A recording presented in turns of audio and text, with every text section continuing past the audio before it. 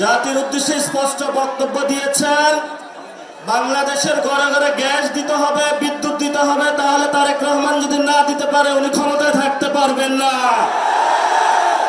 আমি ছোট্ট একটা স্মৃতি বলবো। 2013 সাল বেগম খালেদা জিয়া ঠিক এই জায়গায় বক্তব্য দেওয়ার জন্য এসেছিলেন। আমিও এখানে এসেছিলাম, আপনাদের কাতারে ছিলাম। এখানে দেখি চেয়ার নিয়ে মারামারি শুরু করে দিয়েছিল তৎকালীন ছাত্রদল যুবদল। ওই সময় বুঝেছিলাম এরা হাসিনাকে ফালাইতে পারবে না।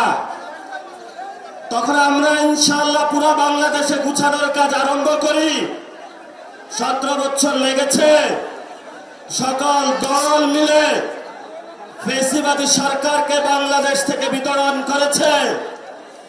এখন আমরা শুনতে পাচ্ছি বাংলাদেশে নাকি আপা টুক করে ঢুকে পড়বে। আমরা বাইচে থাকতে আপা আসতে পারবো?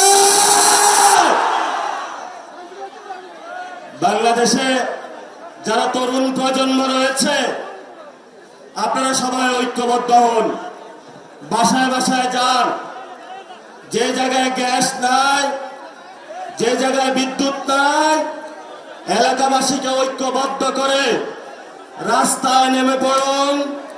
সরকার বলছে ভারত থেকে ডিজেল নিয়ে আসবে, তেল নিয়ে আসবে, ভারত আবার ইরান থেকে নিয়ে আসে।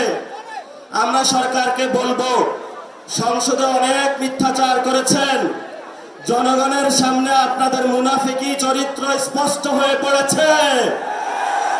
এখন হলো গদি আমাদের টান দেওয়ার সুযোগ এসেছে। আমরা স্পষ্ট জানিয়ে দিতে চাই, গ্যাস দে, বিদ্যুৎ দে, নইলে গদি ছেড়ে দে। তারেক